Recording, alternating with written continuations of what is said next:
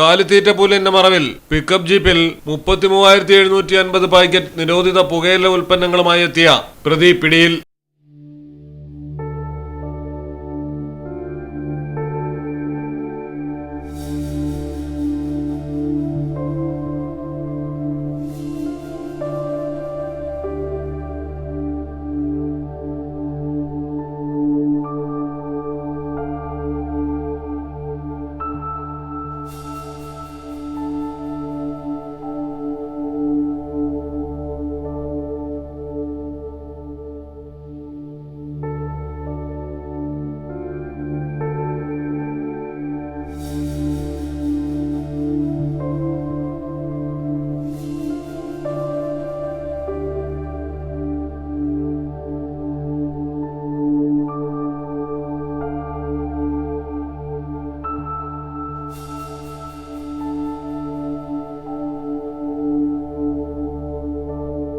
Wayanad excise intelligence ബ്യൂറോയുടെ രഹസ്യവിവരത്തിന്റെ അടിസ്ഥാനത്തിൽ Bavali excise check പോസ്റ്റിലാണ് ലഹരിവേട്ട നടന്നത്.